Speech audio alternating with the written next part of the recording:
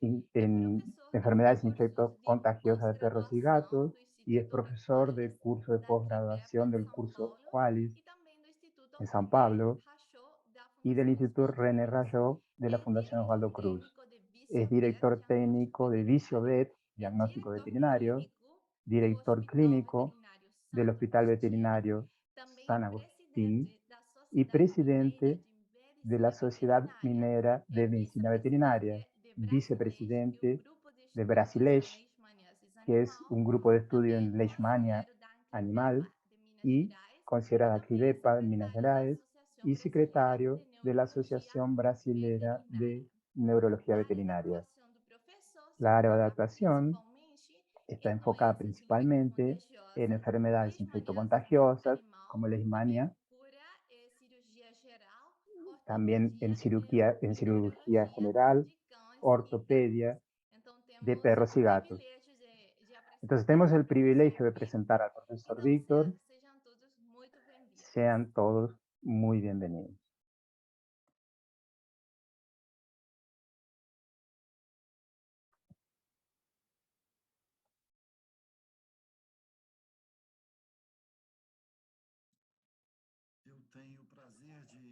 Bueno, tengo el placer de tener este momento con ustedes para que discutamos algunas cuestiones de nuestra práctica clínica, nuestro día a día. Cuando pensamos en un nombre para este momento que vamos a compartir, lo llamamos entonces de investigación clínica, diagnóstico y manejo de enfermedades infecciosas en perros. Yo soy Víctor Rivero, soy médico veterinario, aquí brasilero, vivo en Belo Horizonte y tengo un hospital veterinario y una práctica académica ya de algunos años. Nuestro objetivo hoy va a ser que veamos algunas enfermedades comunes en América Latina, entre ellas erliquiosis, babesiosis, leishmaniosis, leptospirosis. En Brasil lo llamamos acinomosis, pero ustedes lo llaman moquillo, parvovirus, una parvovirosis. Y vamos a discutir algunos aspectos para consejos que pueden servir para el diagnóstico y cómo los practicamos aquí en Brasil, y también practicar algunas herramientas que se usa cada vez más, por ejemplo, nosotros en nuestro hospital, que tiene que ver con el diagnóstico molecular. Nos da una agilidad y una resolución de muchos casos. Nos da nuevas pistas para acercarnos a entender nuevos casos. Este trabajo, relativamente reciente, de 2019, es una revisión de enfermedades transmitidas por vectores en mascotas, particularmente en perros y gatos. Con esto tenemos una aproximación de lo que pasa en algunos países de América Latina, pero nuestro objetivo es centrarnos un poco más en Brasil, Paraguay y en algunos de los países vecinos, porque queremos centrarnos hoy un poco en el clínico de Paraguay. Pero como las enfermedades son universales, vamos también a ver un poquito de todo el mundo. Entonces, en este trabajo de Maggi y Kramer, que hablan de enfermedades transmitidas por vectores, hay un segmento importante de esto en América Latina, y yo diría que principalmente en Belo Horizonte, la enfermedad infecciosa más importante que tenemos es la leishmaniosis. Otras enfermedades también, como erliquiosis, les voy a mostrar algo de eso también, moquillo también voy a mostrar algo.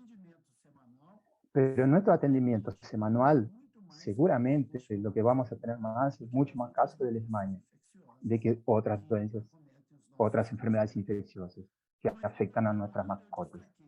De cualquier manera, lo que yo destaco es la babesiosis, la dirofilariosis, leishmaniosis, la tripanosomosis, la anaplasmosis, la erliquiosis y la rickettsiosis.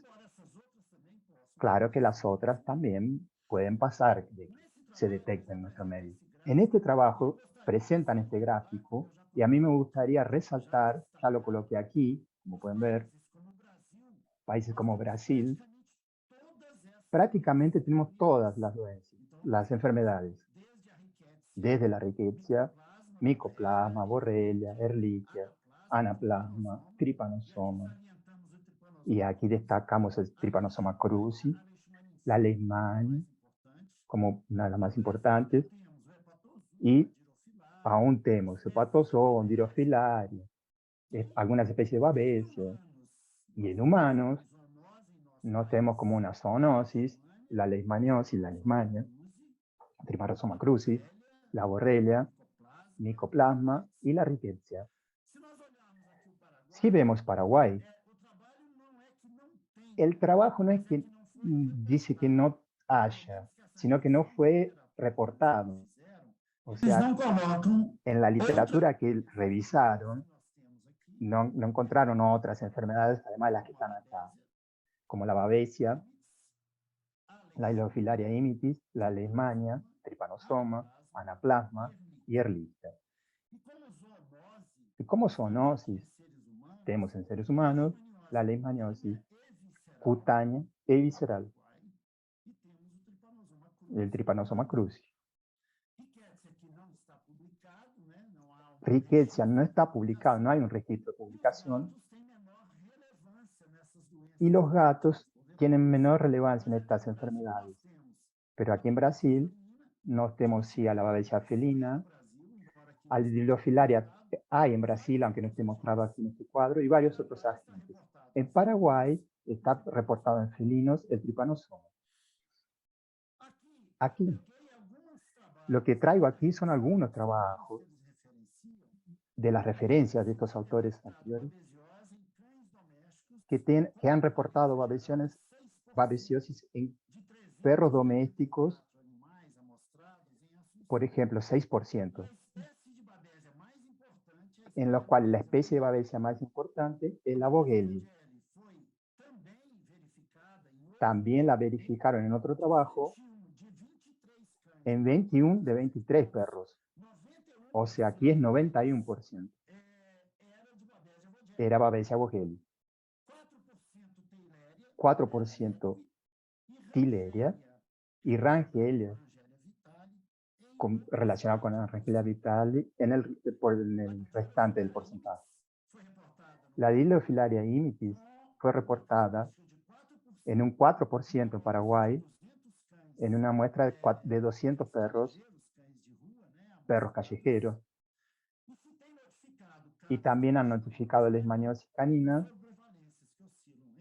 con sobrevalencias que van de 6,6 a 69% de los perros analizados. Entonces, lo que estamos viendo en Paraguay, que la leishmania, particularmente la leishmania infantil, tiene una gran importancia en la clínica, en el día a día de la clínica de perros y gatos. En gatos todavía aún puede ser que no sea revelado, pero insisto que también tiene gran importancia en gatos. En relación al Trypanosoma cruzi, lo han detectado en perros con seroprevalencia de 36 a 38% y 37,5% en gatos, en áreas endémicas de Paraguay. Trypanosoma cruzi. No le damos tanta importancia aquí en Brasil aún en cuanto a los animales. Ahora, muy cerca de nosotros, en nuestra ciudad, tenemos sí a muchos perros infectados con Trypanosoma cruzi y con leishmania infantil.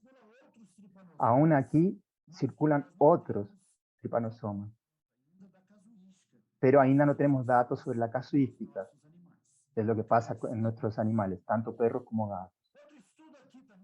Otro estudio aquí también de Paraguay, que está analizando Ehrlichia canis en estudios de prevalencia y factores de riesgo asociados a Ehrlichia, con exámenes por PCR o moleculares, detectaron que Ehrlichia canis en Asunción, perros analizados en Asunción, fue detectado en 10,4% la Ehrlichia canis y la Anaplasma platis en 10,67%. Entonces vemos que estos dos agentes circulan en la población canina de Asunción y estos autores lo están describiendo por primera vez en Paraguay. Y esto preocupa porque estamos hablando de animales más viejos sin atención veterinaria, que tienen más probabilidad de ser positivos para E. canis. Hay perros también que están en abrigos o en refugios, que no tienen tratamiento y, y que no tienen tratamiento de garrapata, lo que es un factor de riesgo para aplatis. Entonces, estos perros que no tienen cuidado para picados de vectores son candidatos a riesgo de estar infectados con este tipo de agentes que transmiten estas enfermedades. Entonces, en la práctica médica, algunos factores que son esenciales para nuestro día a día. El conocimiento es nuestro punto de partida, seguido del diagnóstico, que es la interpretación de nuestro conocimiento. El manejo, como vemos aquí, estadificación, el tratamiento y las propuestas de control y prevención. Tenemos que luchar para que no tengamos la enfermedad, de preferencia para que no tengamos la infección. Entonces, el conocimiento es la base de nuestra práctica. No tenemos cómo practicar sin momentos en los que vamos a tener que dedicarnos al estudio, porque solamente así podremos reconocer una módula de anaplasma dentro de una célula segmentada, un neutrófilo. Y solamente a través del conocimiento vamos a saber que tenemos que controlar ese agente para que no haya esa transmisión. Lo mismo para Anaplasma platis. Esas mórulas van a estar dentro de las plaquetas y tenemos los vectores, que son los agentes de transmisión.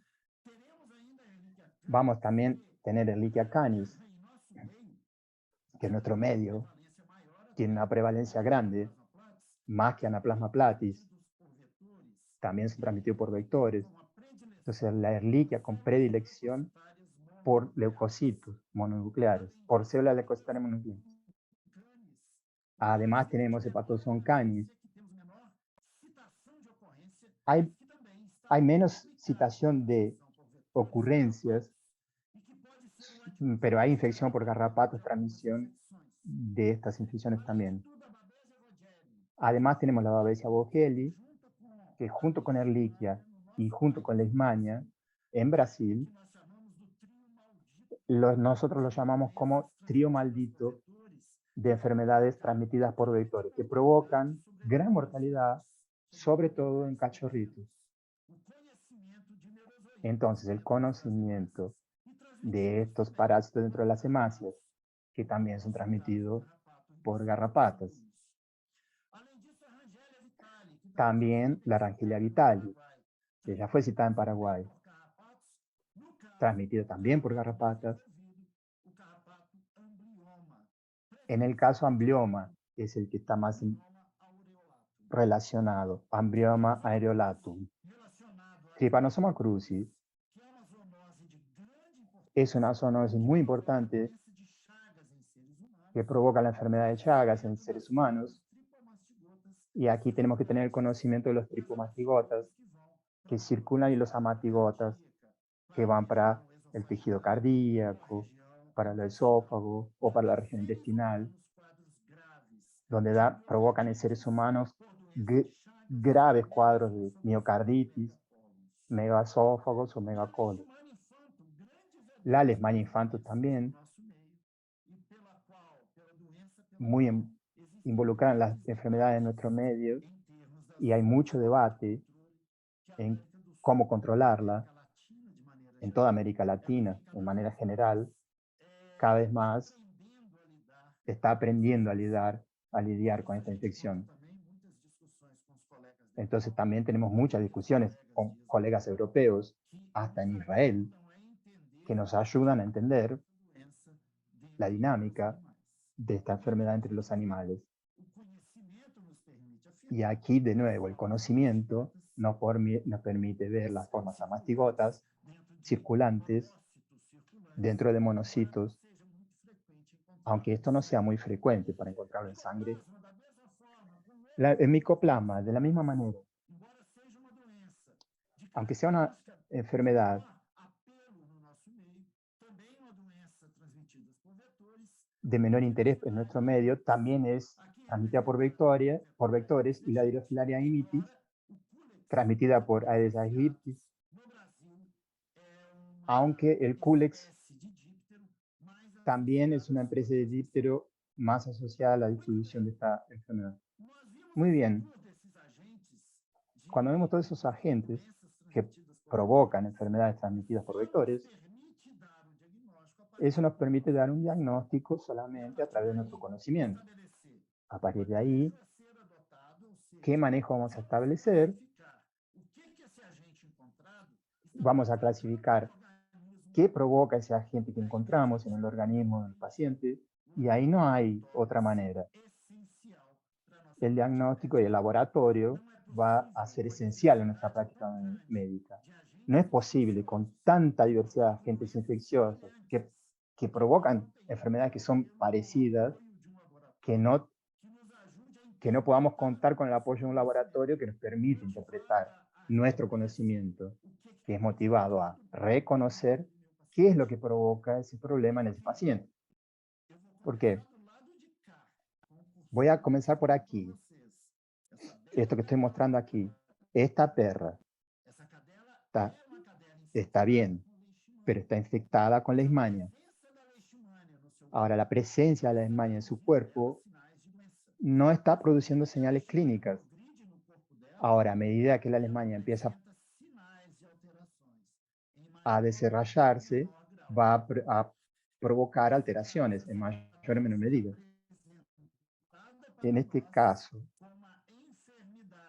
cuando es presentada esta perra con una enfermedad diagnosticada como infección por leishmania, o sea, tenía el parásito que provocaba la enfermedad, entonces fue identificada la infección que generó la enfermedad.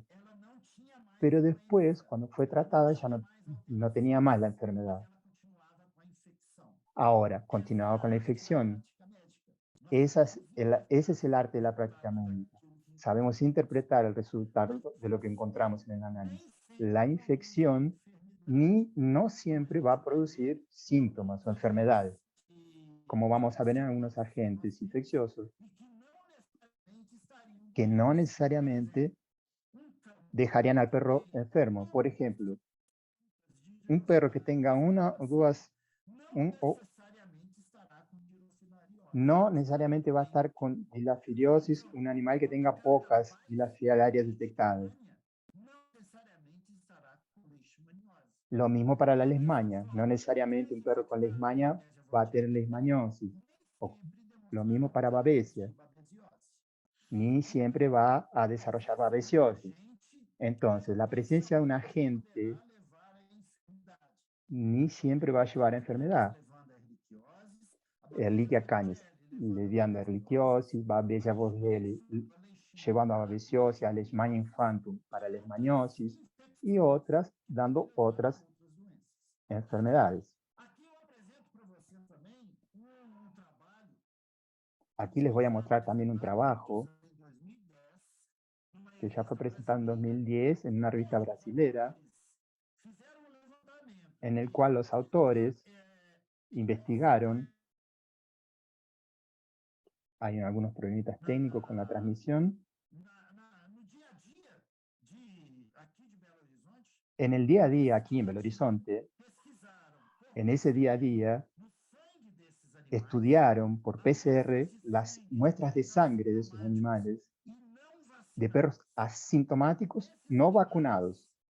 Y en esos animales encontraron en 6 de 11 que estudiaron, o sea, 54%, que eran PCR positivo, PCR en tiempo real, o sea, están infectados con DNA del virus del moquillo. pero eran asintomáticos. O sea, ¿qué trae esto como discusión? Que animales que son saludables pueden estar infectados con el virus, o sea, sin manifestar la enfermedad. Son portadores sanos y van a trabajar como agentes de distribución de la infección para otros animales susceptibles sin defensas. Entonces, vamos a ver bien acá. ¿Cómo vamos a diagnosticar la infección? ¿Cómo vamos a hacer para diagnosticar infección? Tenemos métodos que son indirectos. ¿Cuáles son? Esos que nos ayudan a encontrar anticuerpos. Los anticuerpos no siempre van a confirmar una infección, pero nos dan una pista de que la infección está presente o estuvo presente. ¿Qué métodos son los más habituales en los laboratorios para diagnosticar infección? La reacción de inmunofluorescencia indirecta, el ELISA o el examen inmunoenzimático indirecto y los métodos rápidos como los inmunocromatográficos. ¿Qué muestras utilizamos para realizar el diagnóstico? Podemos utilizar sangre total, suero, plasma, el fluido cerebroespinal, orina, materia fecal, heces y tejidos orgánicos. Todas esas muestras nos ayudan a identificar anticuerpos. Y aquí les voy a llamar la atención sobre algo muy importante. En la fase crónica de las infecciones van a predominar los anticuerpos. En la fase aguda de la infección va a predominar el agente infeccioso. Entonces, todos esos agentes que ya hablé, ya mostré para ustedes, los vamos a encontrar con más facilidad. Los vamos a encontrar en la fase aguda, cuando la enfermedad está se manifestando. A partir de determinado momento de esa infección, va a ser más difícil encontrar ese agente en las muestras biológicas periféricas y más fácilmente vamos a encontrar anticuerpos. Por eso es que los anticuerpos tienen gran importancia en el diagnóstico. Pero siempre tenemos que buscar también visualizar el agente. Y lo que tenemos que establecer es si el animal está en la fase crónica o en la fase aguda de la infección. La memoria de la infección y de la enfermedad la establece la presencia de anticuerpos. Entonces, podemos tener títulos positivos en animales vacunados o que tuvieron en contacto con agentes no patogénicos o en animales que sí se enfermaron, tuvieron la infección, desarrollaron la enfermedad, la infección y después se inmunizaron. Ya tuvimos una pandemia asociada a COVID y gran parte de la población mundial ya tiene anticuerpos, ya sea porque se vacunó o por la memoria de la enfermedad porque se infectó. Entonces, ¿cómo se da la reacción de inmunofluorescencia indirecta? Es un examen para el cual enviamos una muestra de material. Vamos a enviar, por ejemplo, una muestra de suero para el laboratorio. Esa muestra es colocada en la presencia de un antígeno, un agente que deseamos investigar. Los anticuerpos del animal van a reaccionar contra ese antígeno y vamos así poder marcar ese agente y el resultado va a ser suero positivo en ese caso. Aquí como para Toxoplasma gondii y aquí donde estoy mostrando para Leishmania. Entonces, así son establecidos los métodos de inmunofluorescencia indirecta. Esos títulos que recibimos, 1 para 100, 1 para 40, 1 para 16, de Toxoplasma, 1 para 32, 64, 128, van a establecerse a medida que se hacen diluciones de suero que fueron enviados para el laboratorio. Cuanto más diluimos el suero y aún se mantiene positivo, más alto va a ser el título que vamos a tener en esa situación. Aquí también tenemos más muestras de suero positivo. En este caso aquí, por ejemplo, Neurospora, un protozoario muy encontrado aquí en Brasil, sobre todo en enfermedades neurológicas, así como en perros, así como el toxoplasma, que también es bastante encontrado aquí en Brasil. Y es un examen obligatorio que hacemos aquí en los animales que acompañamos, sobre todo en aquellos con señales clínicas neurológicas. El ELISA indirecto, mismo propósito, es el encontrar anticuerpos en las muestras que estamos analizando. Tenemos también pruebas rápidas de ELISA, como esta que acabo de entrar al mercado, que pueden ser encontradas en Paraguay y en otros países de América y del mundo. Se utilizan, que es un test que que investiga anticuerpos con la tecnología de ELISA. Los inmunocromatográficos son los que identifican anticuerpos en una plataforma de papel. Entonces se pone el suero ahí, corre por la matriz de papel y va a dar una marca positiva o negativa. Y les quiero llamar la atención a esto. Este es un test hecho en gatos. Aquí lo que se está investigando es un antígeno de la leucemia felina y aquí abajo anticuerpos contra el virus de la inmunodeficiencia felina. Entonces este animal tiene anticuerpos contra el virus de la inmunodeficiencia felina y no tiene, o tiene una marca muy flaca, muy débil, de antígeno contra la leucemia felina. O sea, aquí es un test que puede ser directo o indirecto.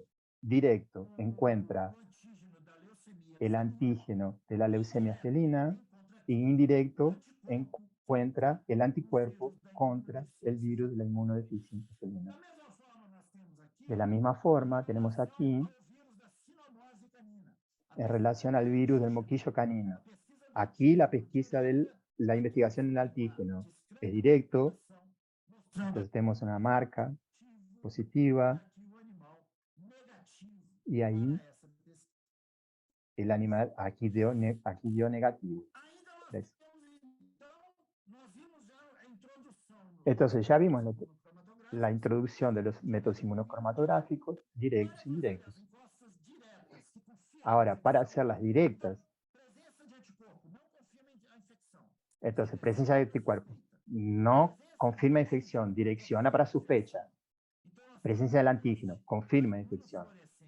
Nosotros vimos el de la inmunofluorescencia directa, o ELISA directa, o el inmunocromatográfico directo, ese que vimos aquí, la investigación del virus de la cinomosis, aquí del virus de la leucemia felina, la microscopía electrónica, el cultivo y aislamiento, la reacción en cadena de la polimerasa PCR y el seno diagnóstico. Piensen bien, ¿cuál de estos exámenes ustedes están utilizando? ¿Cuáles están dentro de la rutina subclínica?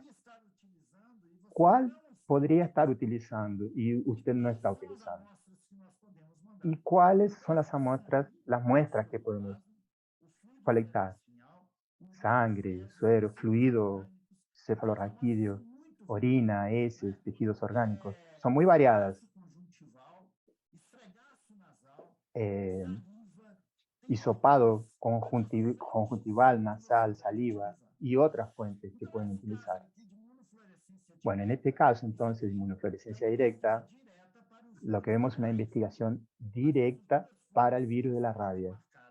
Entonces, están viendo ahí la fluorescencia marcada, que hacen parte de un diagnóstico directo que estamos dando de la infección del virus de la rabia.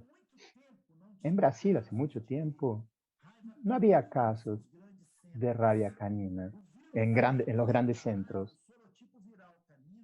Entonces, el serotipo viral canino de la rabia no ha circulado en Brasil.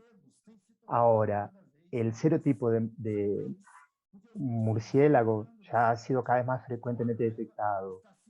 Entonces, la rabia se está tornando de nuevo una enfermedad importante para, para las mascotas, por lo que la vacunación ya es obligatoria. Aquí una investigación de inmunofluorescencia directa de, del virus del moquillo canino. ¿Qué vemos aquí? En esta investigación, la marcación asociada al líquido cefalorraquídeo de los animales. Y aquí se confirma la presencia del virus también del moquillo en biopsia de las almohadillas de la pata, que sabemos que es donde el virus se encuentra más por mucho tiempo. Aquí vemos el ELISA directo, aquí vemos el antígeno en la matriz, el laboratorio coloca el anticuerpo marcado fluorescentemente y ahí va a ocurrir el cambio de coloración. Entonces el objetivo es unirse a una placa, un anticuerpo primario conjugado con fluorescencia, con un fluorocromo, que se coloca directamente sobre el objetivo que es el antígeno. En la citología ya mostré para ustedes esos exámenes citológicos que hicimos en esas muestras. Acá hay otra más, de corpúsculo de Lenz, que es diagnosticado a través de extendido sanguíneo, que nos permite establecer la infección como un diagnóstico directo. Nuevamente la rabia por un examen histopatológico, que nos permite encontrar esos corpúsculos de inclusión, corpúsculo de Negri, que nos determina el diagnóstico de un tejido nervioso infectado por el virus de la rabia. Acá también un test de inmunohistoquímica, lo podemos ver en esta publicación de colegas de nuestra universidad. Inclusiones marcadas inmunohistoquímicamente de los amastigotos de Leishmania. Esta aquí es una muestra de piel de perro y esa también de piel, pero de la parte nasal. Aquí que tenemos entonces, vean bien, estamos haciendo un paseo. Si pudiésemos escribirlo, escribiríamos aquí, el diagnóstico está confirmado. Es mucho más fácil ahora pensar en este agente que encontré, está asociado a la enfermedad que el animal está manifestando o no está enfermo en los exámenes generales. Entonces, lo que hagamos en el laboratorio va a ser esencial para nosotros. Los resultados laboratoriales nos van a permitir establecer si existe la enfermedad o si no existe. Entonces, exámenes hematológicos, hemograma, mielograma, es una herramienta diaria para ir acompañando las infecciones en los animales, y no solo las infecciones, como otras cosas que tienen que ver también con otras enfermedades. El mielograma es la forma que tenemos de ver cómo el organismo está produciendo las células que van a estar circulando. Entonces, antes de empezar hoy, pasé por el hospital y recibí de un colega del laboratorio del hospital un mielograma de un animal que está con una enfermedad inmunomediada, una trombocitopenia inmunomediada, y está con la médula ósea plástica, o sea, no está habiendo reposición. Por mi conocimiento, estoy entonces en una situación de pronóstico reservado a desfavorable para ese paciente. Entonces ya comienzo a establecer la gravedad de la infección a partir de esos exámenes que son generales. Entre los exámenes bioquímicos, tenemos los esenciales para mí: la función renal, hepática, las proteínas séricas, incluyendo la proteína C reactiva. que es esencial para analizar la forma de la enfermedad que el animal está presentando. ¿Qué vamos a usar como muestra en esos casos? El suero sanguíneo, la orina y líquidos orgánicos que pueden darme información. Por ejemplo, el líquido que retiro del abdomen, un pequeño problema,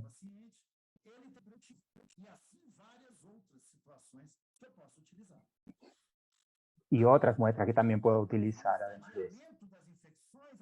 Para hacer el estallamiento de las infecciones, también puedo usar imágenes, como por ejemplo el ecodoppler, los rayos X, la ultrasonografía, la tomografía computada, la resonancia magnética, son importantes para que determinen el estadio de la infección. Por ejemplo, algunos ejemplos aquí. Si yo tengo un diagnóstico de un paciente positivo para el antígeno de Dilofilaria imitis, vengo aquí en el examen. Voy a tener la certeza de que la seguridad de que el corazón va a estar parasitado, pero por este examen voy a ver si yo tengo una cámara cardíaca que me pueda mostrar si está dilatado o no, para ver si yo tengo la infección o la enfermedad. Y ahí ver cómo voy a lidiar con esa infección. ¿Cómo voy a manejar eso terapéuticamente? Entonces, vean el mundo asociado a estas enfermedades principales, las enfermedades infecciosas. Veamos la leishmania. La leishmaniosis canina, vean en nuestra América Latina, específicamente en América del Sur. Son datos del laboratorio LAN, son editados por mí, en un encuentro del grupo que estudia enfermedades transmitidas por vectores. Veamos, después vamos a ir para el liquiosis también. Bueno, el liquiosis prácticamente lo mismo, un poco más expandido, entrando por América del Norte. Alemania infantil, entonces, y la leishmaniosis canina provocan enfermedades muy importantes y vamos a hablar entonces muy rápidamente de ello, porque tenemos un tiempo muy corto. Yo tengo la leishmaniosis, en la infección por leishmaniosis canina, un perro enfermo y un perro no enfermo. El enfermo tiene una reacción inmunológica a la infección que desencadena una respuesta para la producción de anticuerpos, y el que no está enfermo desencadena una respuesta para una respuesta celular. El macrófago, por ejemplo, va a estar preparado para atacar la leishmania. En el que está enfermo, tengo todo preparado para que se produzcan plasmócitos, para producir anticuerpos contra la leishmania. Solamente que los anticuerpos solos no pueden combatir la leishmania, son los macrófagos, de manera adecuada, son los macrófagos que consiguen combatirla. Por eso aquí en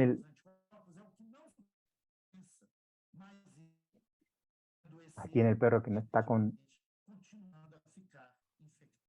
el perro enfermo, el que no muestra la dolencia, puede continuar infectado también.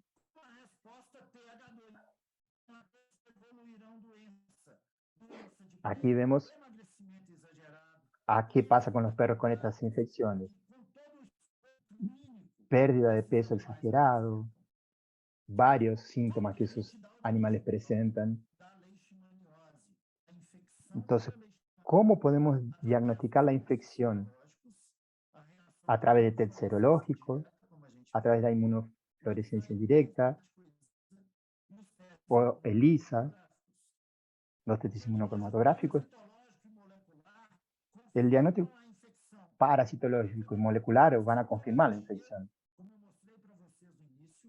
Como mostré en el inicio de la palestra, a partir de la histología, la inmunohistoquímica también, del cultivo, menos frecuentemente, y cada vez más frecuentemente hemos utilizado la PCR, principalmente la cuantitativa, en esos perros en los que establecemos un tratamiento y acompañamiento también del tratamiento. Ahora bien, les voy a mostrar entonces una situación práctica que tuvimos aquí, que vamos a presentar en el Congreso de Leishmaniasis próximamente en Cartagena. Vimos un perro infectado por Leishmania con un padrón sinófilo muy importante y iba a cruzarse con una perra para producir cachorros de raza. Ese perro estaba infectado, no podía entonces hacer una monta natural, porque puede transmitir la leishmania por esa monta natural. También sabíamos que la leishmania puede ser eliminada por el semen. Entonces, de ese animal hicimos la colecta de semen, hicimos una PCR rápida, la PCR rápida fue negativa, entonces utilizamos el semen para inseminar la perra de una manera segura para que la perra quedase preñe, tuvo sus cachorritos y tuvo una excelente progresión. Entonces, en la práctica médica del día a día es una técnica que puede ser realizada. El diagnóstico parasitológico molecular puede usarse para investigar a mastigotas en la médula ósea, leishmania en la médula ósea, la punción del linfonodus o análisis de fragmentos de piel. Son muestras que pueden analizarse por diagnóstico entonces de PCR. El estadiamiento de un animal infectado, ¿cómo es? Repitiendo lo que ya hablamos, desde el examen clínico físico, a través del examen de imagen, a través de la medición de la presión sistólica, a través de la patología clínica como hemograma, la función renal, las proteínas séricas. Para la leishmania encontramos relativamente frecuentemente en animales enfermos, anemia no regenerativa, monocitosis, homocitopatía, la función renal que se encuentra también, alteración de la rutina de orina, la alteración de las proteínas en orina, de la fracción de creatinina, SDMA en sangre, y urea y creatinina, alteraciones de esos factores. Las proteínas séricas alteradas, albúmina y globulinas, y la proteína C reactiva. Las globulinas se elevan, la proteína C reactiva también se eleva. Entonces son patrones fijos, protocolares, para que todo animal sometido a tratamiento y evaluación de leishmaniosis canina o perros infectados por leishmania deben ser sometidos a esos procesos de análisis. Entonces acá no tenemos tiempo para discutir con mucho detalle, pero igualmente me gustaría que conozcan cómo es el estadiamiento propuesto para los perros brasileños, paraguayos, argentinos, por la Brasilesh, para toda América, para esos perros infectados por leishmania. Tenemos el estadio 1, que es perro que parece normal, que es cero positivo para leishmania, y no encontramos el parásito. En el 2, en el estadio 2, vamos a ver seropositivos y positivos para el parásito, y a veces ni tienen anticuerpos, pero tienen parásito. Y de esa manera están infectados, con señales leves o sin señales de enfermedad y sin alteración del perfil renal o de otros testes laboratoriales. Para el estadio 3 son los animales infectados, con o sin anticuerpos, generalmente con señales de estadiamiento 2 y, además, lesiones cutáneas difusas,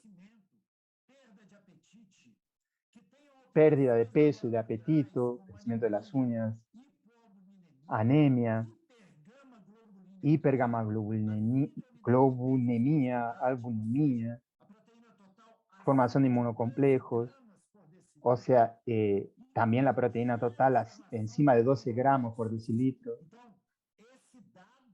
Ese dato de, de proteínas muy elevadas son importantes para el estallamiento. Y las más graves son las de la función renal. Entonces, en el estadio 3, un animal que tenga inicio de proteinuria es un animal ya tratado con pronóstico de reservado al desfavorable.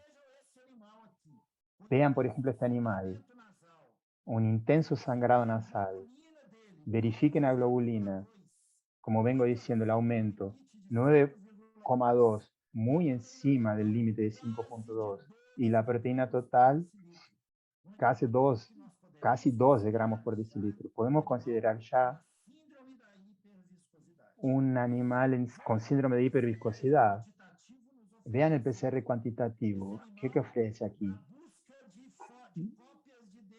Una búsqueda por copias de DNA del patógeno en la médula ósea tuvo 1.924.567 copias, intensamente parasitado, que traduce una necesidad de tratamiento inmediato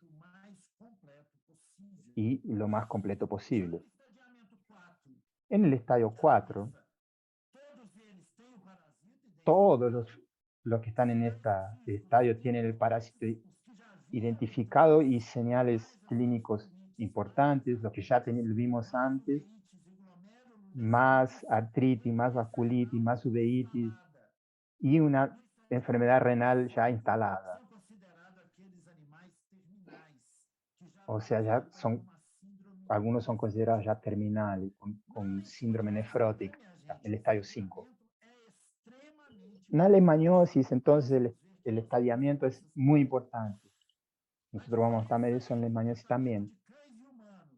La diferencia entre perros y humanos para tratamientos, con datos de Europa y Brasil. El tratamiento inmediato en la enfermedad es indicado tanto para perros cuanto para humanos. La anfotericina liposomal solamente permitida por humanos, tanto en Brasil y en Europa. El antimonio pentavalente en Brasil solamente se usa en humanos. En Europa es sí aplicado en perros, asociado al alopurinol. Y la miltefosina más alopurinol puede ser aplicado en perros en Brasil y Europa. En Europa, algunos perros que se ven saludables no son tratados.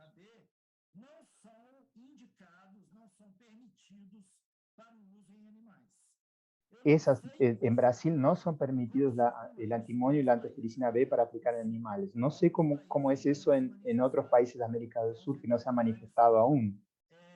Tal vez los veterinarios tengan ahí la posibilidad de utilizarlos, como por ejemplo en Europa, que se usa el antimonio pentavalente.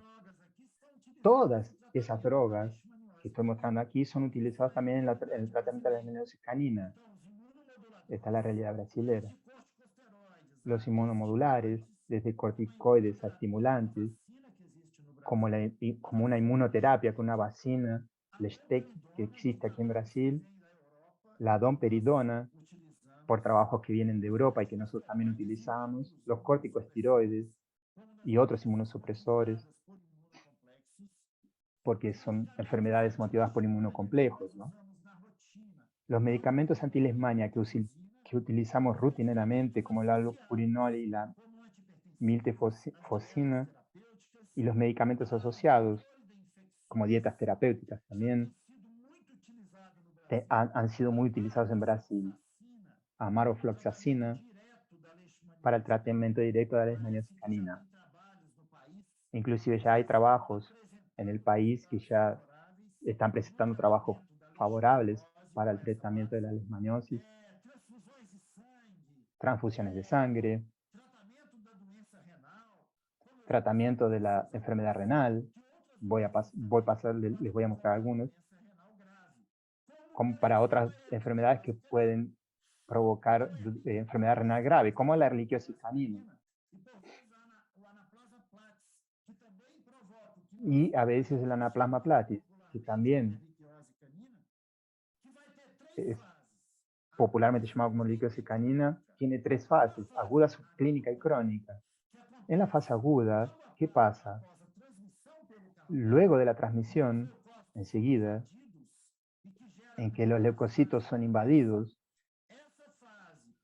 en la primera fase de la enfermedad, puede llevar a la muerte esa fase, pero si algunos animales tienen una respuesta inmune celular adecuada, pueden llegar a eliminar la infección o responden parcialmente y perpetúan la infección. Ahí viven después una fase subclínica que no tiene señales, para que después lo que pase que es empeora la situación en esa fase crónica que es considerada la más grave, donde el animal llega a una aplasia.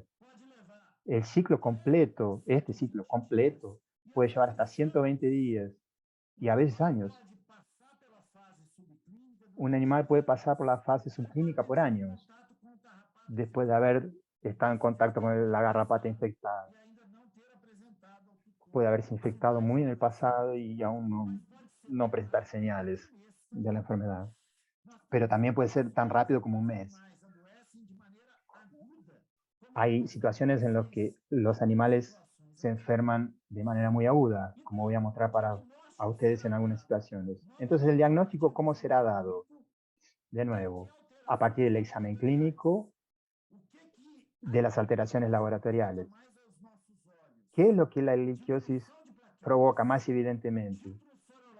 Disminución de plaquetas, títulos serológicos alterados y proteínas séricas también alteradas. Aumento de globulinas. El diagnóstico confirmado por la identificación de la mórula y por la PCR, que puede ser convencional o cualitativa en tiempo real. En el caso de la erliquiosis, usamos mucho la PCR convencional. El rápido, el PCR Run, es una herramienta muy importante porque en 1 a 2 horas ya podemos hacer el examen, ya tener el resultado, lo que permite establecer con mucha agilidad el tratamiento en los perros infectados. Entonces veamos, cuando usted tiene un PCR positivo y una reacción de inmunofluorescencia positiva, esto sugiere que estamos ante una fase aguda. Entonces, PCR positivo y RIFI positivo es fase aguda.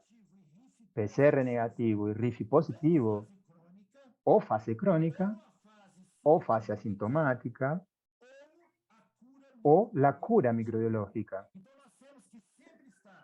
Entonces, siempre tenemos que estar trabajando con la erliquiosis, considerando el examen molecular solamente por el test sorológico.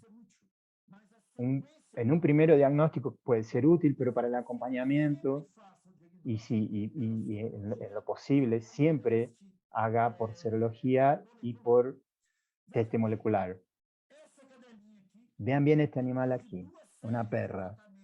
Después de 2 series de tratamiento con doxiciclina, todavía era PCR positiva para Ehrlichia canis en sangre. Entonces, tuvo que ser tratada nuevamente en un ciclo mayor, más grande, con una dosis más alta, para ver qué pasa en la PCR en el acompañamiento, hasta quedar negativa. Entonces, cuando este animal llegó para mí, tenía un diagnóstico para el cual había sido tratado con inmunosupresores. Y cuando hicimos la PCR, tenía 1.000.000 de masas, 1.000 plaquetas,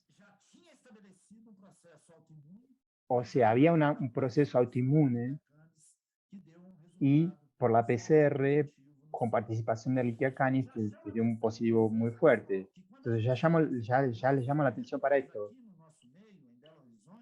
Cuando hacemos estos exámenes en nuestro medio, en Belo Horizonte, nosotros testamos 4 agentes: Ehrlichia, Anaplasma platis,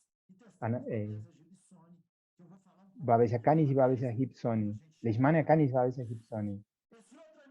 Ya les voy a hablar un poquito de eso. Este otro animal que está en tratamiento actualmente, le saqué una foto el sábado para mostrarles a ustedes. El animal estaba con un cuadro de inapetencia, con coprofagia, vómito, probablemente un cuadro gastroentérico. Puede ser que el animal había comido cualquier cosa y no había sido notado de diarrea, pero lo que se vio es un leucocitos normal, neutrófilos dentro de la normalidad, linfocitos disminuyendo y las plaquetas dentro de la normalidad también. Entonces hacemos los exámenes laboratoriales y son evidentes para un agente infeccioso, porque presentaba 13 de creatinina, 209 de bilirrubina, o lo que daría unos 412 de urea, 241 de fosfatasa, una concentración de sodio un poco menor, también una fracción proteína creatinina urinaria 1, o sea, 2 veces y medio encima de lo normal. Y el examen de orina no había tantas alteraciones así. Entonces, enseguida, el animal fue sometido a análisis de PCR. Aquí es el PCR RAN convencional, y se vio Anaplasma platis, Ehrlichia canis y Babesia canis. Aquí no tenemos la Gibsoni y la Babesia gibsoni porque no la estamos teniendo ahora al kit. Está en falta en nuestro país, en nuestro medio, pero dio positivo entonces para Ehrlichia, la PCR, y también dio positivo en la sorología. O sea, esto confirma una fase aguda de la infección. Entonces, en algunas de estas fases puede ser que solamente la PCR dé positivo. Este animal ahora está siendo sometido a hemodiálisis. Nosotros estamos tratando la insuficiencia renal que presenta, que está ligada a la infección. Fue sometido a transfusión de sangre y está con 3 sesiones de hemodiálisis.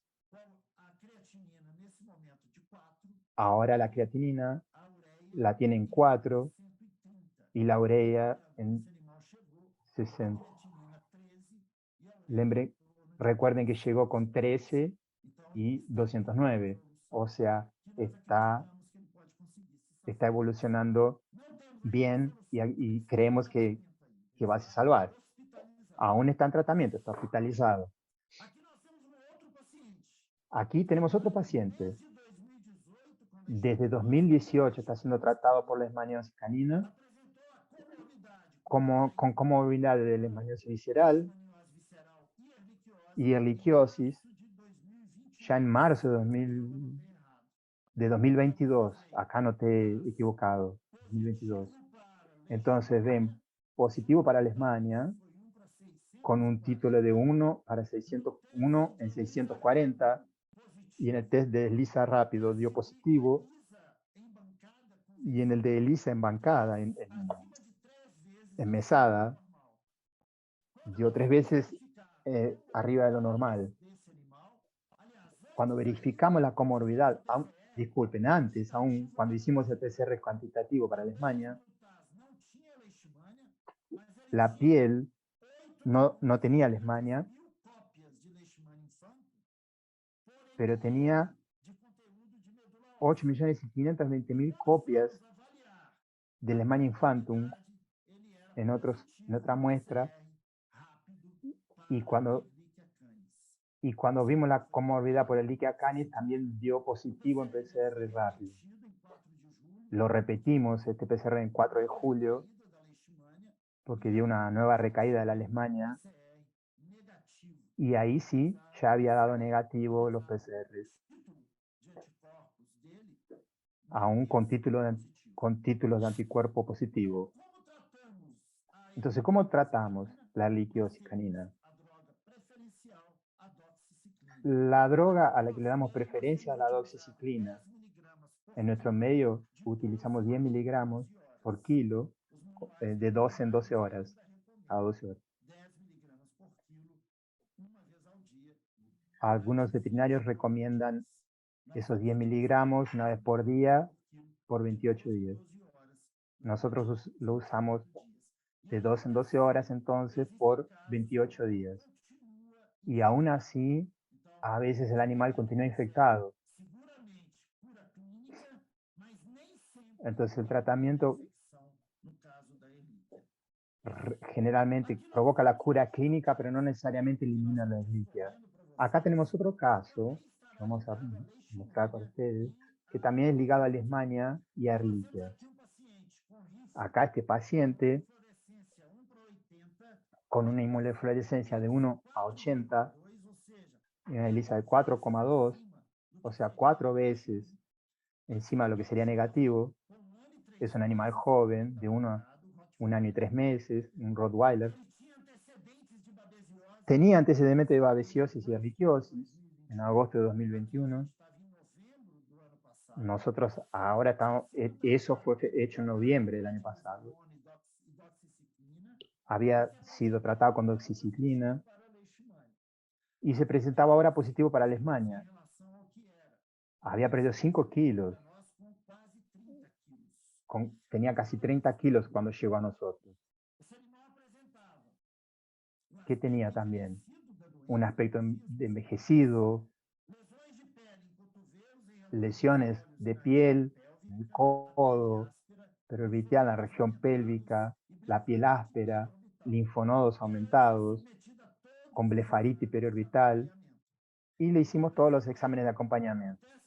Y mostraron en el test rápido positivo para Leishmania, el RIFI,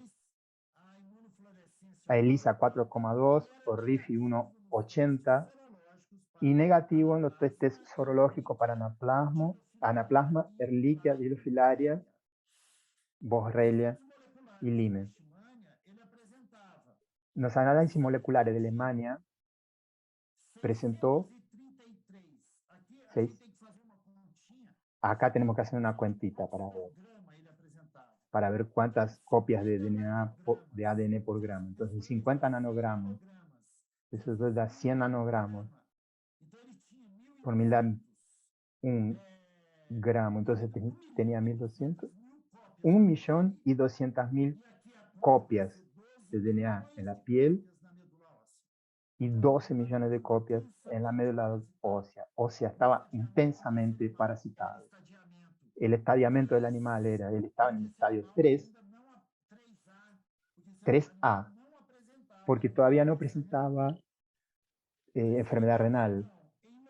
Entonces, en noviembre de 2021, estaba con un SNAP negativo para Leishmania. Entonces, estamos viendo toda la atención que se le dio desde octubre hasta noviembre. Cuando en noviembre salieron los resultados, en la médula ósea, en la investigación de coinfección, era negativo en el SNP y positivo en el PCR de Ehrlichia. Entonces, inmediatamente se estableció el tratamiento, no solamente de la Leishmania, por la intensidad del parasitismo que presentaba, pero así como ustedes pueden ver, por la fecha de resultado, que tenía una coinfección importante con Ehrlichia. Entonces, acuérdense, la fase aguda o superaguda da PCR positivo, no hay anticuerpos.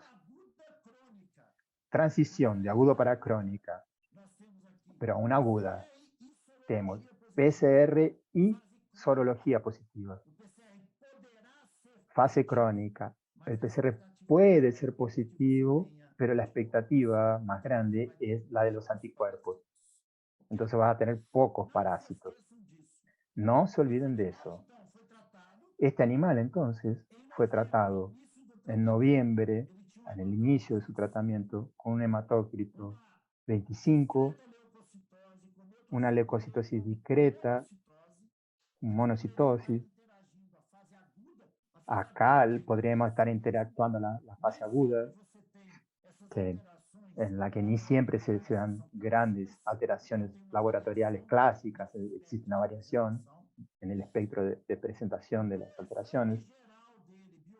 En el examen bioquímico general mostraba un SDMA como única alteración de la función renal, la proteína total de 10,4, globulina de 7,5 encima de lo normal, y una fosfatasa alcalina un poco elevada, una proteína C reactiva destacada, varias veces encima de lo normal. Entonces estaba en un cuadro agudo, el proceso inicial de una inflamación orgánica.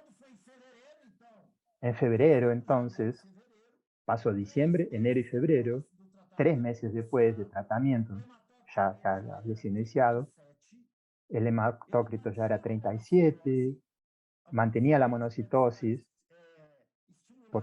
que puede estar estimulada todavía por los agentes infecciosos, y las globulinas aquí estaban ya casi dentro de lo normal. No totalmente normal, pero casi. Y la proteína C reactiva ya había vuelto a lo normal.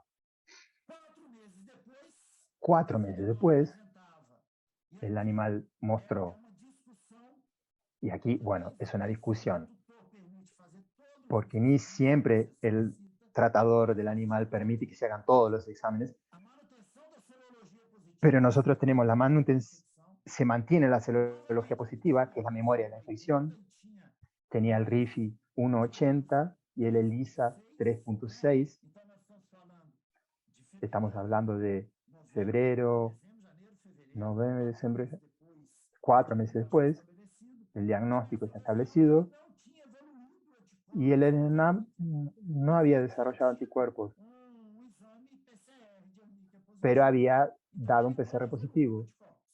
Entonces los anticuerpos no evolucionaron.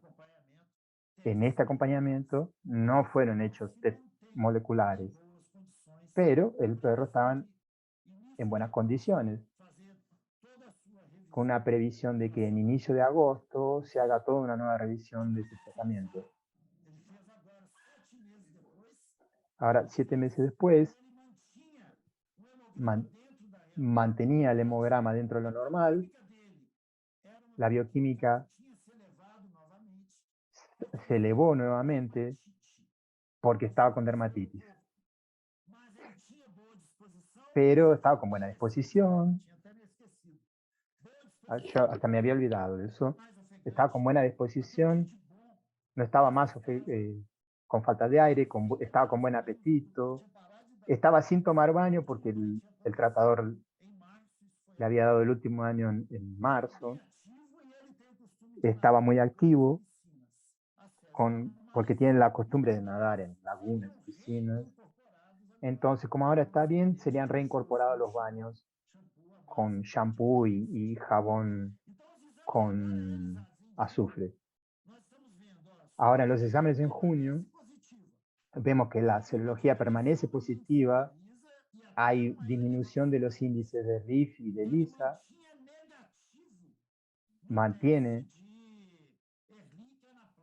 el test de Ehrlich, anaplasma y urticularia, se mantiene negativo, y a la espera de los exámenes de coinfección molecular. Todavía no tenemos los resultados moleculares de ese animal. Estamos todavía en tratamiento. Pero, ¿cuál es la gran novedad de ese animal sobre la leishmania ahora en junio? De que está negativo tanto en la piel cuanto en la médula. Eso fue lo que encontramos como más evidente de que el tratamiento contra la leishmania estaba bien, aunque aún tenga comorbilidades. La dermatitis puede que no sea por leishmania, y a pesar de los PCR positivos, el número de anticuerpos contra ERLI que han bajado, aún tenemos que esperar los PCRs, los nuevos PCRs, para hacer una nueva investigación de los agentes infecciosos, para poder comparar y saber si él continúa o no positivo para la infección periférica. Entonces ese sería el día a día, todas esas variables del día a día de la clínica que pueden ser introducidos esos exámenes. Vean en relación a babesiosis cómo nuestros países tienen esa realidad, aunque no parezca aquí en Paraguay, es también la realidad de nuestro medio.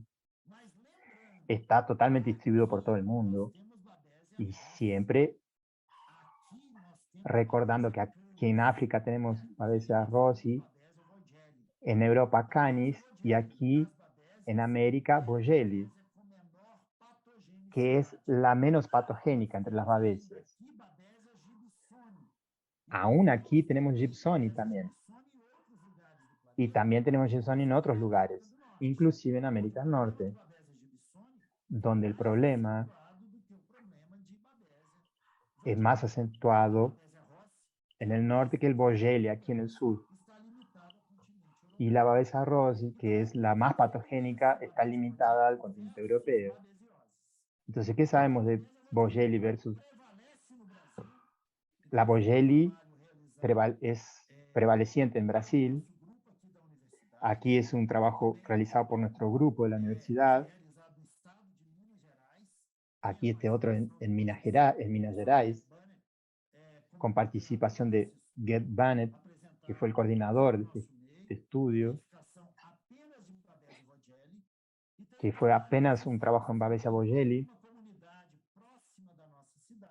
aquí en una comunidad próxima a nuestra ciudad, trabajo en 2 localidades, una en Mato Grosso y otra en Minas Gerais, donde Bogelli fue la especie identificada. El estudio confirma entonces, todos esos confirman, un nivel alto de exposición a Babesia Bogelli en 2 áreas de Brasil. Y declara, los estudios están mostrando, que la mayor parte de los perros de nuestro medio van a tener contacto con Babesia en algún momento. Y teniendo ese contacto, va a dar un examen serológico positivo. O sea, tenemos que hacer que las personas no traten apenas el animal con serología positiva, porque siempre debemos ver también el estadiamiento de la infección. ¿Por qué? Porque la babesia es una enfermedad que es característica. Entonces precisamos tener una mayor conciencia de prevención de las infecciones. Precisamos de más control en Brasil, principalmente hablando de los vectores, que son las garrapatas. Con Gibson hay pocos trabajos en Brasil. Básicamente en 2006 estos colegas de Londrina consiguieron identificar en canes brasileros naturalmente infectados con Gibson solamente. Esto nos llama mucho la atención. Entonces, este caso, por ejemplo, se presentó para nosotros con positivo para Ehrlichia canis y con positividad para Babesia gibsoni. El estadiamiento de él no era malo. Entonces, la Babesia gibsoni era difícil de acompañar porque es un gran desafío sobre las comorbilidades. Los casos clínicos que tenemos generalmente son de cachorritos, como este aquí, Ferdinando, que aún no tenía 4 meses cuando llegó, que estaba en un hogar temporario, ya había tomado antiparasitario, inclusive estaba sin garrapatas, más estaba con heces pastosas, después evolucionó para diarreas sanguinolenta, y cuando hicimos los exámenes, además de encontrar parvovirus por el test rápido de antígenos, también encontramos Babesia. O sea, tiene un hematócrito inicial que no era tan bajo, era 32, no tenía una importante trombocitopenia, estaba comenzando a quedar trombocitópenico, estaba en el límite del contagio de plaquetas y tenía sí leucopenia. Entonces, estaba sufriendo en ese momento más por el parvovirus, pero fue encontrado tanto en el PCR rápido, como ven acá una marcación evidente de Vogelli, como en los extendidos fue encontrado, como pueden ver en la foto, la babesiosis. No resistió el animal y murió. Pero a pesar de que la babesiosis por Vogelli sea grave y lleve a muerte, y lleve a la muerte, eh, eh, a- creemos que lo que mató a este cachorrito fue la parvovirosis. Lo que nos llama la atención aquí, ustedes después pueden verlo de nuevo, después las preguntas, podemos discutir más esto. Pero aquí, bueno, podemos ver que el tratamiento de la Babesia Vogelli es diferente de la de Gibsoni.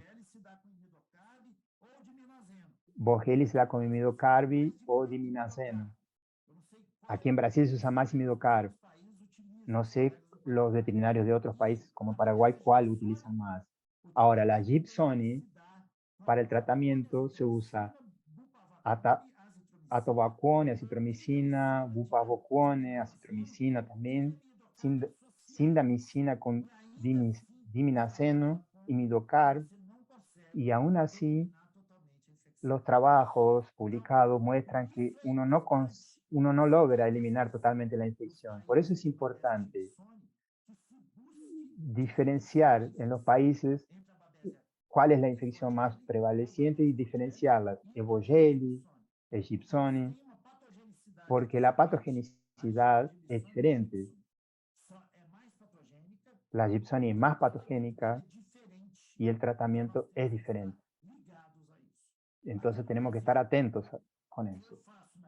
Aquí en Brasil lo que hago en nuestra rutina es investigar eso y hacer también el acompañamiento. A veces no podemos hacer todos los test porque tenemos problemas de importación de los kits, pero es lo que hacemos básicamente en nuestros estudios. Entonces, babesiosis, tal vez también de nuestro medio y tal vez para usted también en Paraguay.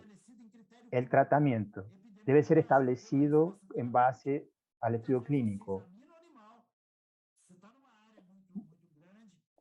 A veces examinamos el animal y estamos en una región grande y de menor poder adquisitivo. No se pueden hacer todos los test, pero bueno, se hace lo posible para identificar la especie involucrada. Si pueden hacer la PCR para eso, bueno, utilícenlo.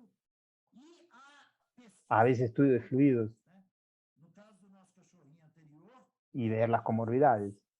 En el caso del perro que mostré anteriormente, el cachorrito era parvovirus, pero a veces la leishmania está asociada, la rangelia está asociada también, la nenaplasma. Entonces un examen no necesariamente descarta el otro. Es improbable que un tratamiento elimine el parásito. Entonces, si encontramos un parásito en un paciente que está sano, considere si lo va a tratar. Si el perro está normal, está físicamente normal, no tiene ninguna otra lesión asociada a la infección, considere si es necesario tratarlo. Como no hay medicamentos disponibles que traten consistentemente una infección, considere si lo va a tratar. Para animales que tienen la enfermedad está identificada por PCR o por citología, ve al estadio. Entonces, los que están infectados por leishmania,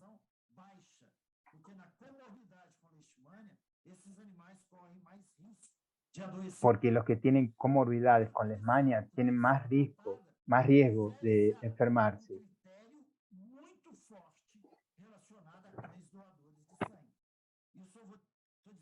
Vamos, esto para todos, para leishmania, babesia, doadores de banco de sangre, tengan en cuenta que tienen que excluir esas infecciones.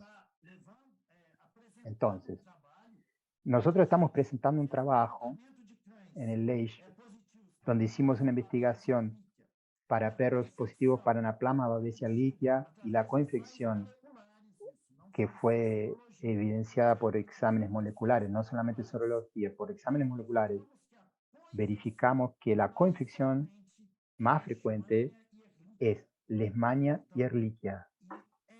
O sea, es esencial cuando se tratan animales con Leishmania que se hagan test moleculares de Leishmania y, si es posible, en tiempo real, evaluando la carga parasitaria y hacer los testes cualitativos asociados a otros vectores como Ehrlichia y Babesia.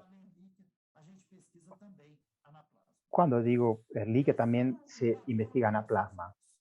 Ese es el padrón que nosotros establecemos. Cuando hacemos un panel de infecciones en Belo Horizonte, investigamos Ehrlichia, Anaplasma, Babesia y Babesia egipciana, Babesia canis y Babesia egipciana. Esos son los exámenes moleculares que hemos hecho. Si queremos ampliar y queremos investigar también parásitos como Hepatosum, se me escapó, me olvidé el otro parásito que hablamos, pero cuando queremos ampliar para ver otros parásitos que estén circulando, ahí hacemos un panel molecular más amplio.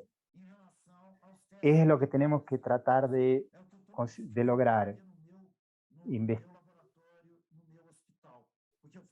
Hacer inversión en nuestro laboratorio, en nuestro hospital, que por ejemplo es donde yo trabajo, para poder dar agilidad. Los laboratorios que me dan servicios, que tienen esas herramientas, me ayudan cuando yo no lo puedo hacer. Y ahí yo les mando las muestras porque es lo que tengo como objetivo de diagnóstico. En el caso del moquillo, diría que es lo mismo. Para el moquillo mejor no tenerlo. ¿Qué tenemos en Brasil como un problema relacionado a moquillo? Las vacunaciones han sido hechas muy, muy temprano. Se empieza con la vacunación de un cachorrito con 30 a 40 días y termina en menos de 100 días. Según las recomendaciones de la WhatsApp, en donde está muy claro, la última dosis debe ser hecha a los 120 días y en situaciones de más riesgo a 150 días. Entonces, porque animales que no desarrollan anticuerpos, como aquí, sin anticuerpos o baja carga de anticuerpos y con señales neurológicos, o animales que desenvuelven buena respuesta y tienen baja prevalencia de señales neurológicos, es donde el moquillo más mata. Entonces, moquillo, prevenga. Ahora, si precisa dar un diagnóstico, cuente con el diagnóstico molecular. Aquí tenemos un paciente que fue vacunado adecuadamente, pero terminó medio precoz la vacunación. Y ahora está tomando, le dieron corticosteroides por un mes, mejoró un poco, hizo el test de investigación de antígeno, dio negativo en orina, entonces fue encaminado para nosotros porque tenía convulsiones, con pérdida de equilibrio. Y después no tenía, el único señal que nosotros pudimos ver es este movimiento en el ojo.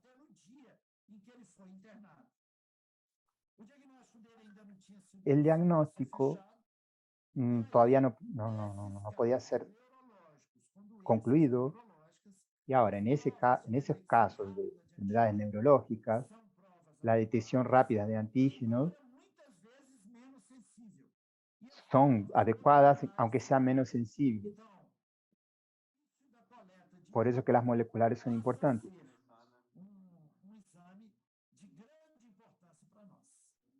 Por eso es que es un examen de gran importancia para nosotros. ¿No?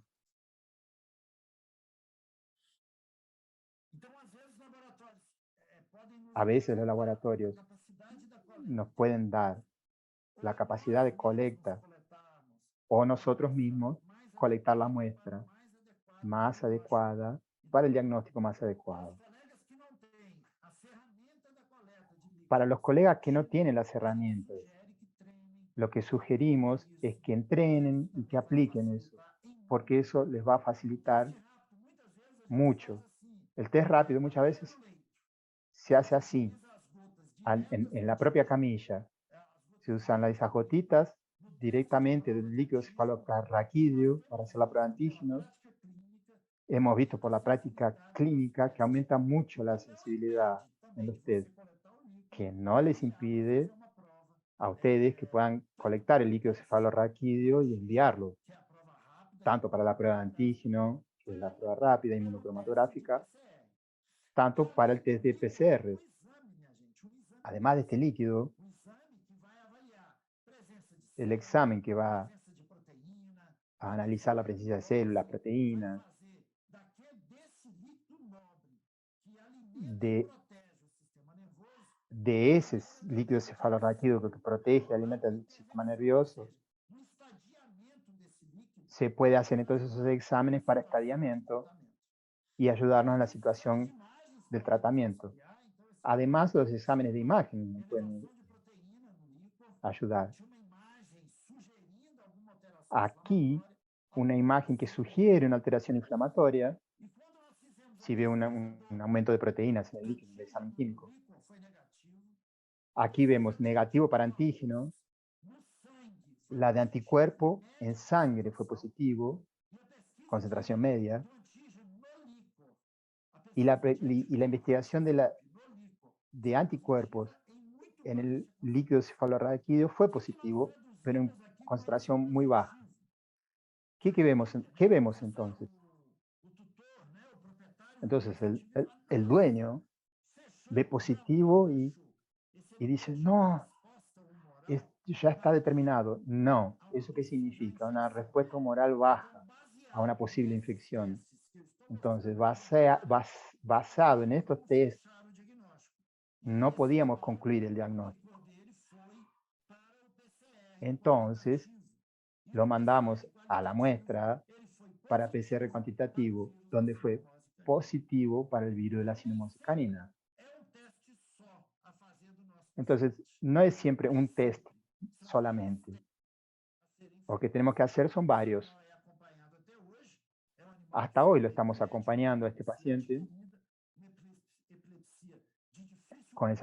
tiene una epilepsia adquirida de difícil control, pero ha conseguido sí superar esas dificultades con una encefalitis provocada por el moquillo. Entonces, como vimos, son muchas las herramientas de diagnóstico que tenemos hoy en día. Entonces, no piense que una sola les va a resolver un problema. Existen una más sensible, existe otra más específica, pero inclusive hasta usar esa tenemos otras triajes para hacer otras selecciones. Entonces, ¿cuál se ha destacado en ese aspecto? Con exámenes sensibles, rápidos, disponibles. Aunque tenga un costo aún mayor, dependiendo de la región, lo que precisamos hacer entonces es lograr que el costo sea más accesible. Ese sería nuestro objetivo. No se puede hacer siempre porque los propios tutores, los propios dueños no la piden con mucha frecuencia, pero cuando podemos hay que hacerla. Y cada vez más paneles, como paneles para diarreas. En este trabajo publicado con participación de colegas brasileños, se encontró en heces de animales parvovirus, moquillo, giardia, Diptosporidium, coronavirus, a través de paneles de muestras de materia fecal. Acá tenemos un caso clínico de un diagnóstico por PCR en infección de herpes virus felino. Eso fue la semana pasada. Diagnosticamos un calicivirus felino en una infección, que es un test que los laboratorios también ofrecen y que nosotros hacemos con rapidez en nuestra rutina. En este gatito presentaba un cuadro neurológico que asociamos al herpes virus felino.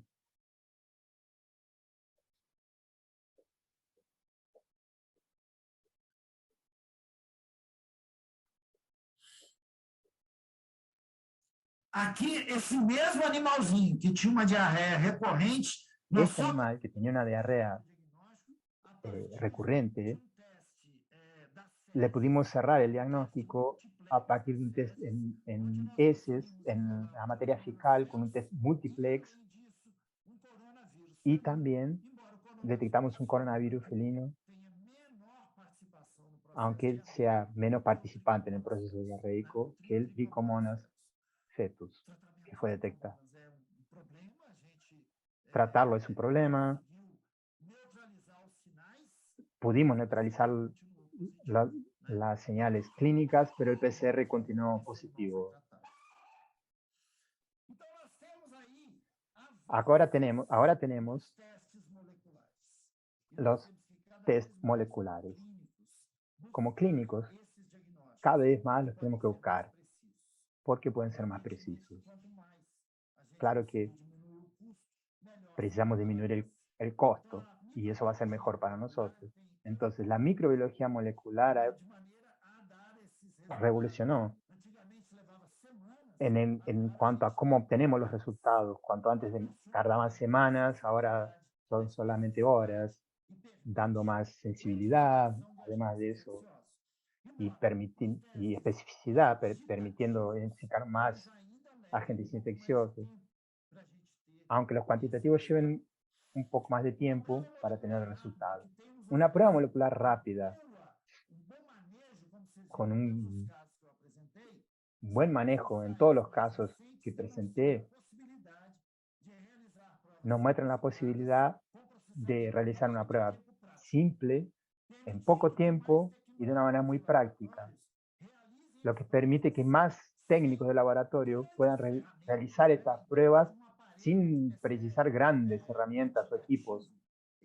Entonces, por ejemplo, un aparato de PCR cuantitativa aquí en Brasil cuesta, diría que hoy, unos 300.000 reales, que en dólares serían unos 50.000, más o menos 50, 60.000 dólares. Y vean, estoy acá acordándome de algo que hablé con colegas de la universidad recientemente. Pero las pruebas rápidas sí están a nuestro alcance, como ya mostré a ustedes en nuestra rutina, lo que hace que podamos usar más PCR. Entonces, es una tecnología que es la tecnología point of care, que sería el examen rápida, nos permite investigar los principales agentes etiológicos, realizar resultados y obtener resultados en menos de 2 horas dentro de la clínica, en el hospital o en un laboratorio próximo. Entonces no se precisa comprar muchos equipos.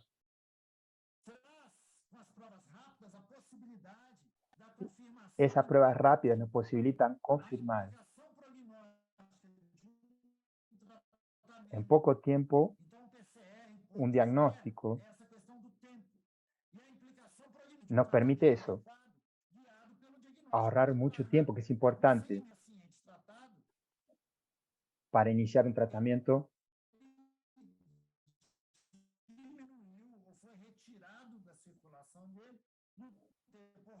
resultado rápido do resultado. Eso nos permite evaluar si el agente fue eliminado de la circulación en un tiempo muy rápido, porque se comienza rápidamente un tratamiento. Entonces, ¿cuáles son los kits disponibles? Detección molecular de Ehrlichia, anaplasma, las dos babesias, Canis y Gibsoni, la leptospira patogénica, la Leishmania infantum, los parvovirus y de la panleucopenia felina. Ahora, en felinos, por metodología rápida también, ¿qué tenemos? La detección de la panleucopenia felina, del Mycoplasma haemophilus y de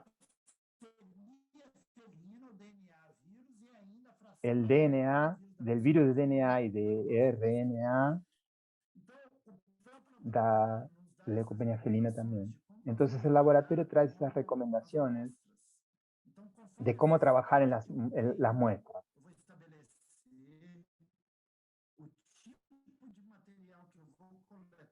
Vamos a establecer el tipo de material entonces, que vamos a colectar dependiendo del examen. Algunos problemitas técnicos en esta parte de la presentación, tal vez con la conexión del profesor. Entonces se verifica el volumen. En estos guías que los laboratorios dan se verifica el volumen, el tipo de muestra, de dónde obtenerla y cómo conservarla. Son orientaciones muy importantes de cómo procesar.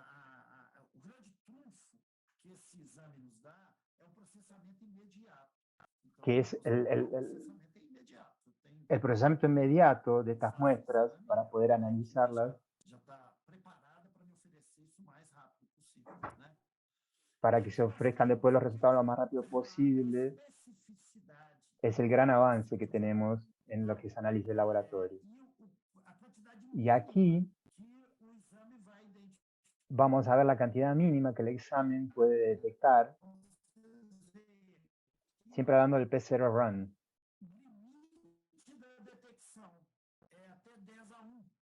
Vean que el límite de detección puede ser hasta 10 a la 1. O sea, para Gibsoni, que va a detectar solamente Gibsoni. Aquí en el de Canis puede cruzar con Vogeli, pero como yo les dije ya antes, Vogeli en Europa, a Canis en América. Entonces, aquí predomina, disculpen, aquí predominan Vogeli. Entonces, estos dos test separados para detectar Gibson y Vogeli es importante para nosotros. Anaplasma, Ehrlichia, cruza con las otras Ehrlichias, Chatensis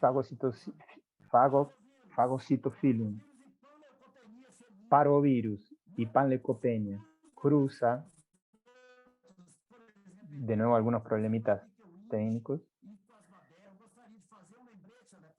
Entonces, lo que me gustaría que ustedes se acuerden es que los que son sospechosos de leptospira no son muchos, pero ¿qué se hace? Sangre y orina.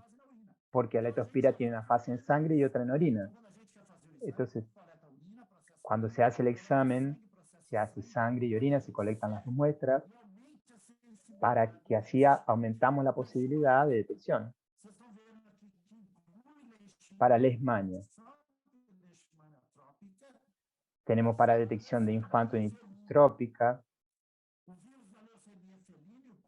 para leucemia felina, en Leishmania no cruza con Major y Donovan, y todo demás excluye esas especies. Pero como nosotros no tenemos esos casos, es muy bueno eso también. Y después tenemos el que es específico del virus del moquillo, que solamente detecta ese virus y no se cruza con él. Entonces, bueno, acordándonos, no se olviden de eso. Determine la fase de la infección para poder interpretar el resultado del test que hizo. No se base solamente en un test que sea encontrar o en contra de la gente. La infección además precisa ser determinada en cuanto a su estadio. Si la enfermedad está en curso, si tenemos una infección que tenemos que acompañar. El laboratorio entonces es muy importante para ustedes. No se olviden, la clínica es lo que manda, el examen clínico es lo que manda. No sustituyan uno por otro, no sustituyan lo clínico por el laboratorio. Tiene que haber una sintonía, una simbiosis entre esos análisis, entre esos estudios. Entonces, estos avances nos han dado más posibilidades de diagnóstico asociando métodos. Procure entonces interpretarlos para tomar las decisiones. Clínicas y hospitales ahora pueden disfrutar de tecnologías avanzadas que son fáciles de implementar. Son metodologías cada vez más rápidas.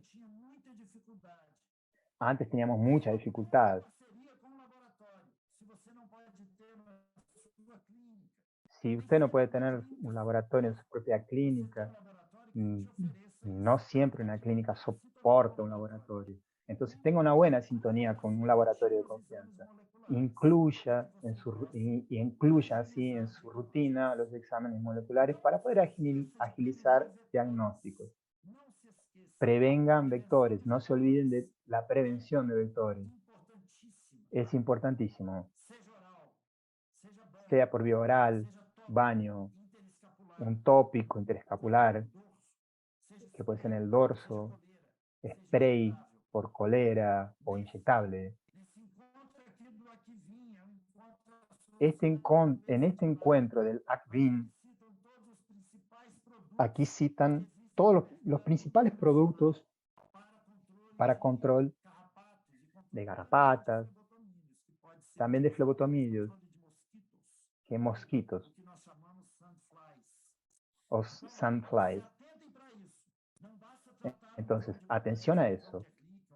No es suficiente tratar al perro contra babesia, leishmania, ehrlichia.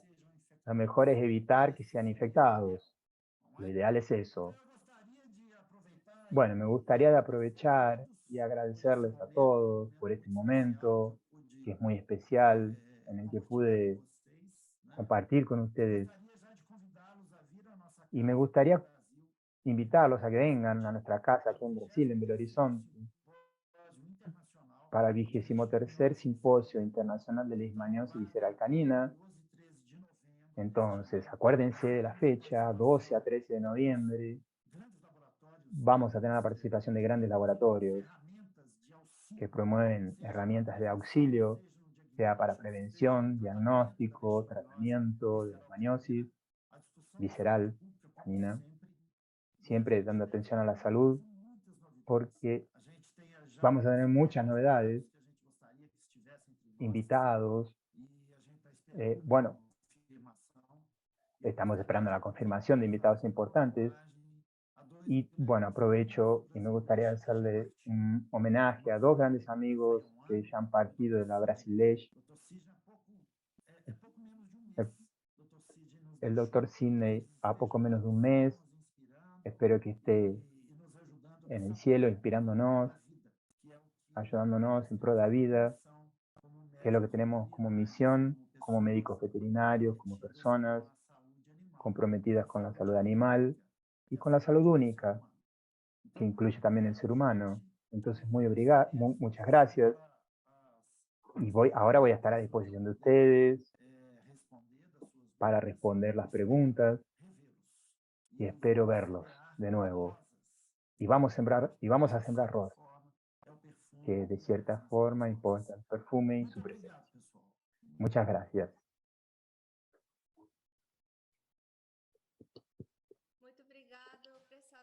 Muchas gracias, doctor. Excelente palestra. Y vamos a empezar con preguntas. Recibimos muchas preguntas, pero vamos a hacerlo lo más corto posible para tratar de responder todas. La primera, en Paraguay es frecuente encontrar coinfecciones. Por ejemplo, Leishmania con Ehrlichia o Ehrlichia con Anaplasma, A el sugerência cual que você tem su sugestión quando com a abordagem clínico da infecção. en cómo tenemos que abordar clínicamente la infección. ¿Qué enfermedad trataríamos primero? É boa pergunta, Bueno, buena pregunta. tudo começa lá no diagnóstico. Todo empieza en el diagnóstico. Yo siempre traté Não deixar de avaliar uma co-infecção. no dejar de evaluar la coinfección. Parece mais para nós aqui. Generalmente la coinfección más común en Brasil E nós es Leishmania infantum sempre a y pesquisa siempre de investigamos mais do que Ehrlichia, claro, dependendo do más estadiamento Ehrlichia que que você Babesia, tem no seu hemograma, na sua dependiendo del estadiamiento, del hemograma, de la bioquímica. a Entonces, intervenção terapêutica, então eu vou colocar la um intervención terapéutica, específico.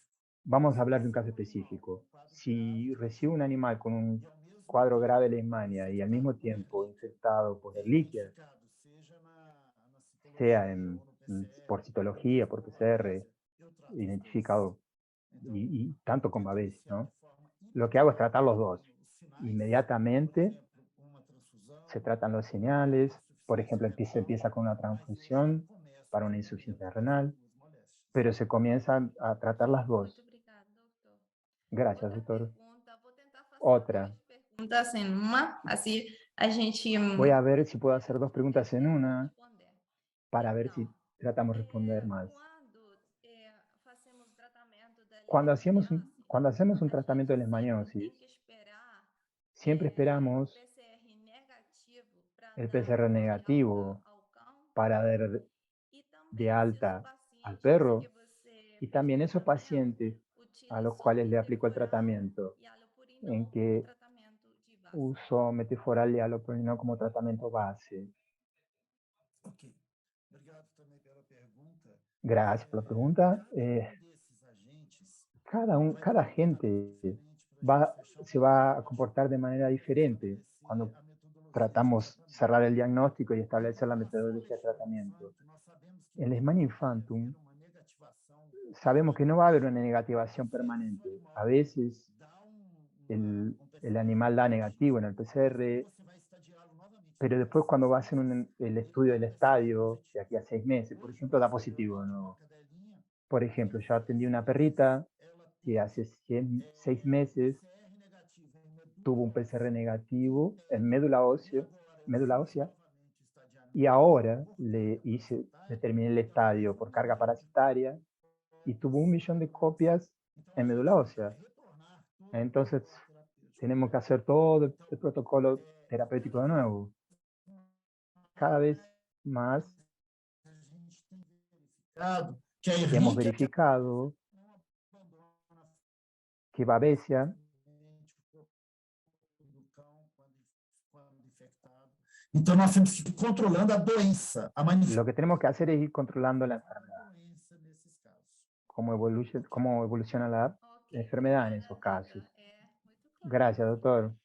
É uma pergunta mais bem específica sobre a Ahora una liquiose. pregunta más específica sobre O liquiosis. médico pergunta em uma fase Aquí un médico subclínica da pregunta, doença. en una É a mesma fase indicação de subclínica de la enfermedad, doxiciclina 2 vezes ao dia? ¿existe la Por misma quantos indicación de dias? doxiciclina 2 veces al día y por cuántos días? Caso que eu identifique a infecção por En el caso que yo identifique la identificación por el líquida, aqui no Brasil, aquí já en há muitos Brasil, anos, a muchos dentro da años, minha rotina, com a yo trato né, rutinariamente doxiciclina 10 miligramas 10 miligramos por duas vezes kilo ao dia. 2 veces al día. 2 vezes ao dia. Então, eu mantenho. Ahí serían esos gramos 2 veces por día. Mantengo.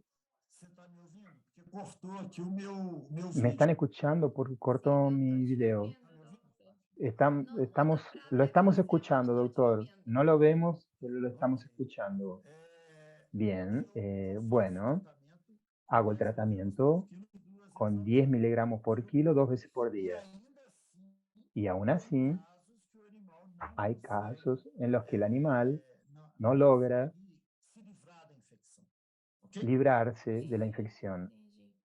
Então, nesse caso, Entendí. você continua En ese ou caso, como continúa. procede ¿Cómo quando procede não chega a eliminar a infecção? cuando no elimina la infección? Se eu identificar que o animal ainda está Si infectado, identifico que el animal aún está infectado, o repito el tratamiento o busco otra base. Yo vi en el chat que una colega pregunta sobre la primera perrita que presenté que había recibido 2 ciclos de tratamiento con esa dosis de 10 miligramos por kilo 2 veces al día durante 30 días. Hice un ciclo en esa perrita con oxitetraciclina utilizando la dosis de 20 miligramos por kilo de 8 en 8 horas. Y después fui acompañando a la perrita haciendo PCR de 6 a 6 meses hasta que dio negativo. Entonces, lamentablemente, la perrita no murió por un linfoma después. No fue de Erliquia. Bom, e para ir acabando Bueno, as perguntas, entonces para ir terminando temos las aqui uma preguntas, pergunta tenemos que aquí diz una que de muitos países da América Latina, pregunta que en muitas muchos países de América regiões não Latina, têm en muchas laboratório de regiones, PCR. no hay laboratorio de Então, o PCR. método diagnóstico é só esfregar Entonces el sangue. método diagnóstico es Então, solamente el extendido sanguíneo, onde os cães estão na fase aguda da donde los infecção. perros están Então, en que fase aguda de protocolo infección. terapêutico ¿Qué protocolo devemos terapéutico utilizar se não tem uma forma debe de utilizarse caracterizar as espécies de si Babesia? no se tiene una forma de caracterizar la especie de Babesia? Bueno, una manera que es a través de los extendidos, que se ve en la literatura, que la Babesia canis o Bogeli y la Babesia rossi son consideradas grandes. Entonces los merozoitos generalmente están en pares o más. Raramente están aislados. La Gibsoni es considerada pequeña y los merozoitos generalmente están solamente uno adentro de la hemasía. Entonces esa es una manera empírica de identificación. Ahora, nosotros tenemos la suerte, tal vez, de que la Babesia bogeli es la menos patogénica y en América es prevaleciente. Entonces, si hay que apostar, haga el tratamiento para Babesia bogeli, que es basado en imidocarb. Generalmente 2 aplicaciones.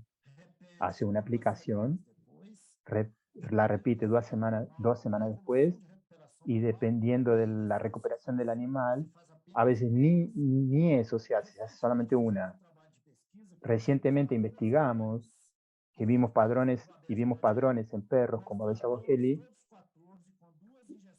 los tratamos a los 14 con 2 inyecciones de Nidocar y al final del tratamiento había 2 que todavía tenían merozoitos en sangre periférica